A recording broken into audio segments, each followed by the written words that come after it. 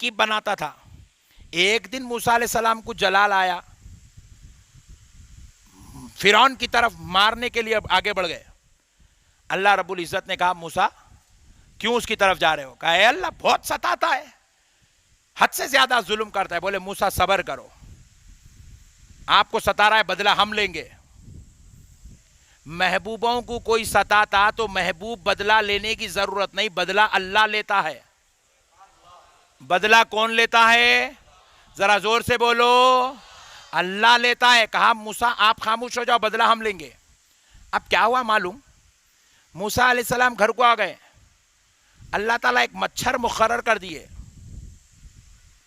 फिरौन और फिरौन के हवारियों के पास एक एक मच्छर सबके ऊपर मुकर्रर कर दिए। रोजाना रात में जाना, फिरौन के मुंह पे बैठना,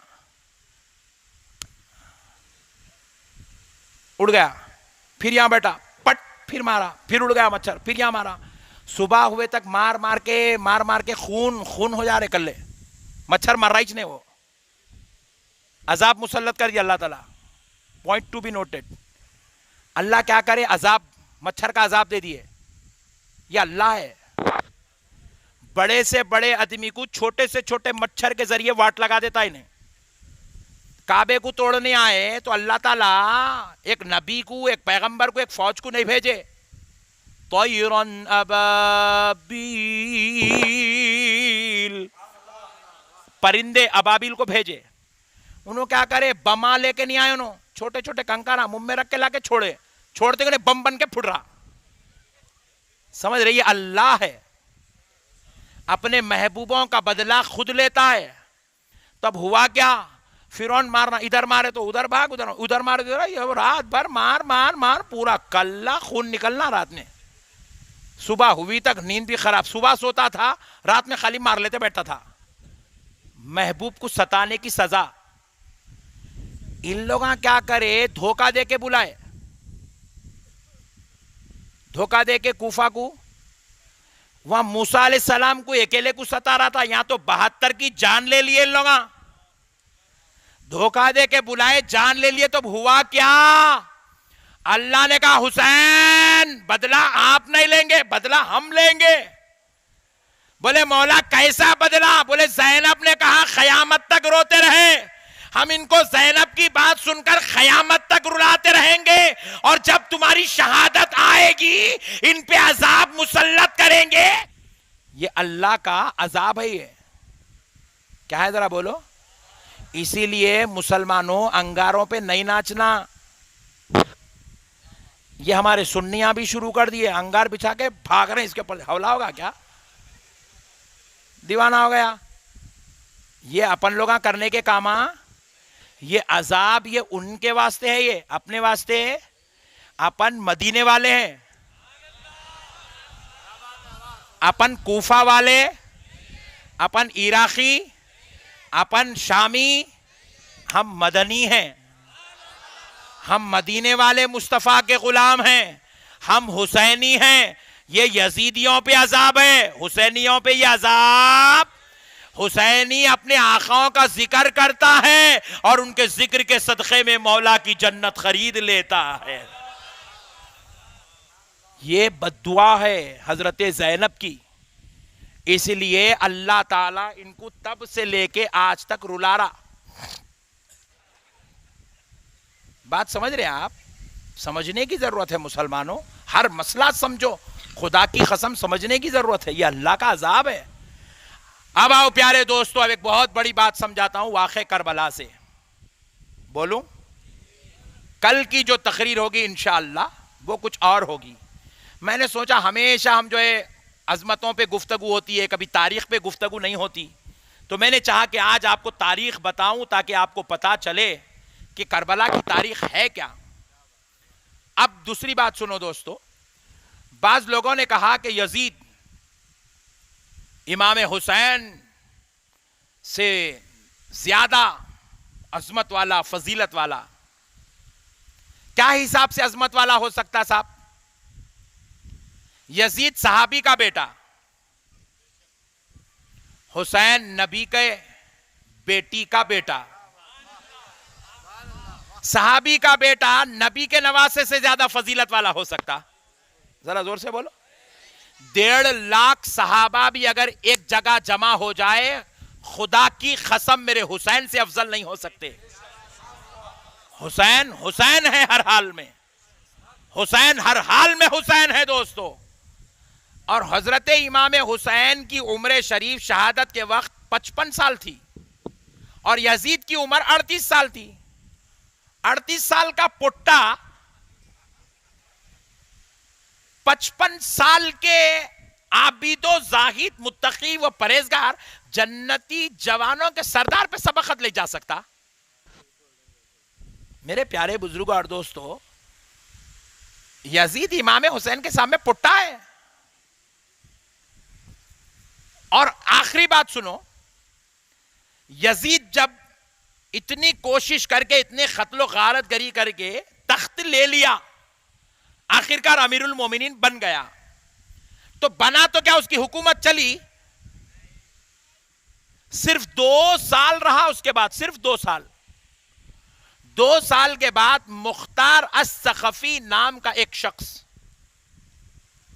जब यह वाक़या करबला हुआ तो वो जेल में था। जब जेल से छूटा उसको पता चला अहले बैत के साथ इतनी गद्दारियां हुई, इतनी गद्दारी हुई, तो मुख्तार अस-सखफी क्या करा? चंद नौजवानों को उन्हें जमा करा। जमा करके अब यजीद से, इब्ने जियाद से, शिमर से बदला लेने का अहद कर लिया। अहद लिया और इतना अल्लाह उसको कामयाबी दिया कि एक एक को बोटियां बनाया पूरों के।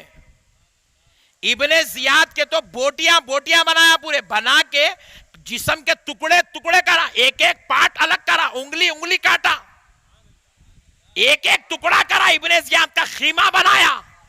फिर भी सुकून नहीं पड़ा तो मुख्तार सखफी ने कहा, जालिम मैं तुझे माफ कैसे करूं?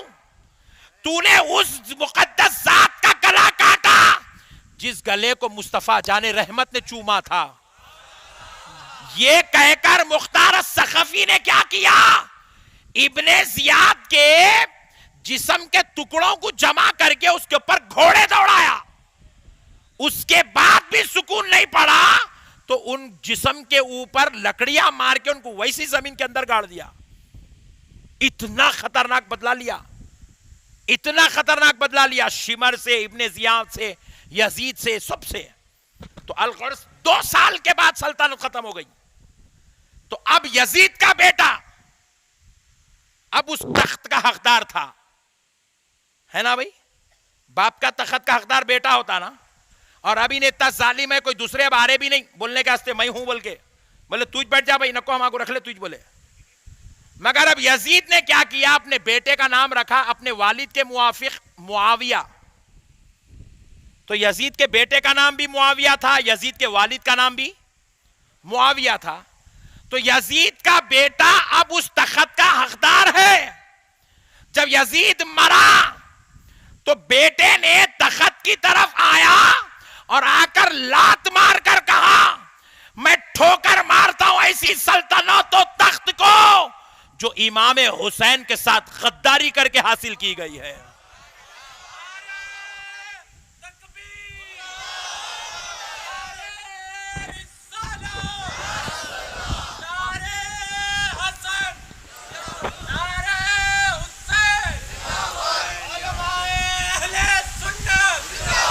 प्यारे दोस्तों, अब जरा गौर करो, जिसका बेटा खुद ही ठोकर मार दे, क्योंकि वो आशिक अहले बैत था, बेटा खुद ठोकर मार दे तो क्या हुसैन को लालच थी होंगी? नौज़बिल्लाह। प्यारे बुजुर्गों और दोस्तों, गौर करने वाली बात, खत्म हो गई सल्तनत यजीद की। उसके बाद बनु उमैया के हाथों में चले गई, वो एक वहां से एक नया चैप्टर शुरू हुआ, एक नया बाप बना, यजीद खलास, यजीद का नाम खत्म, यजीद की खबर पर जाने वाला कोई नहीं रहा। यजीद की जहां खबर बनी वहां कचरा कुंडी थी, कचरा कुंडी में खबर बना यजीद की। आज तक भी यजीद की खबर पर कोई जाने वाला नहीं है। यजीद जालिम और बदबख्त मनहूस का नाम है। अब दूसरी बात सुने, सरकार इमाम हुसैन रजी अल्लाह तआला अन्हु जब मैदान करबला में जंग की बात आई, बहुत बड़ी बात बता रहा हूं दोस्तों, नहीं समझ में आई भी तो भी सुनो, पल्ले पड़नी नहीं पड़ रही तो कल फिर आओ, फिर कल समझाता हूं। मगर वाक़े करबला से हमारा और इस्लाम का क्या ताल्लुक है, जरा गौर से सुनो। सरकार इमाम हुसैन जब करबला में जा रहे थे, मैदान में जंग के लिए उतर रहे थे, तो सारे जवान शहीद हो गए, अब सिर्फ बचे 2 जवान थे। एक इमाम ज़ैनुल आबिदीन थे, दूसरे मौला हुसैन थे। एक ज़ैनुल आबिदीन थे, दूसरे इमाम हुसैन थे। तो सरकार इमाम ज़ैनुल आबिदीन क्या किए, अपने ताया जान का कमर का पट्टा बन लिए, इमाम हसन का, अपने दादा की तलवार जुल्फिखारी लगा लिए, अपने नाना जान रसूल अल्लाह का इमामा पहन लिए, अपने बाबा इमाम हुसैन का जुब्बा पहन लिए, जामे शहादत नोश करने की गर्ज से खैमे से बाहर आए। मौला इमाम हुसैन ने देखा कि ज़ैनुल आबिदीन मैदान करबला में जंग की नीयत से जा रहे हैं। पूछा, बेटे ज़ैनुल आबिदीन सैयदुस सज्जाद कहां जा रहे हो? कहा कि बाबा जान सब जामे शहादत नोश कर चुके हैं, अब बारी आपके बेटे ज़ैनुल आबिदीन की है।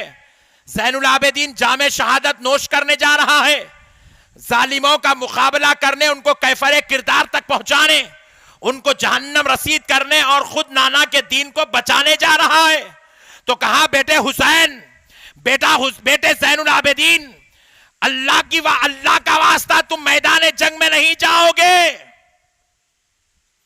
तुम ये जालिमों का मुकाबला नहीं करोगे।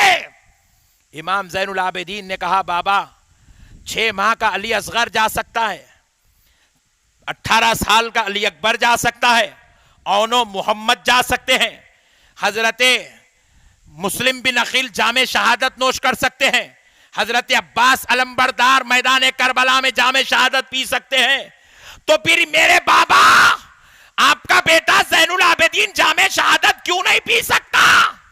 तो कहा, बेटे मैं जो देख रहा हूं शायद तुम वो नहीं देख रहे हो।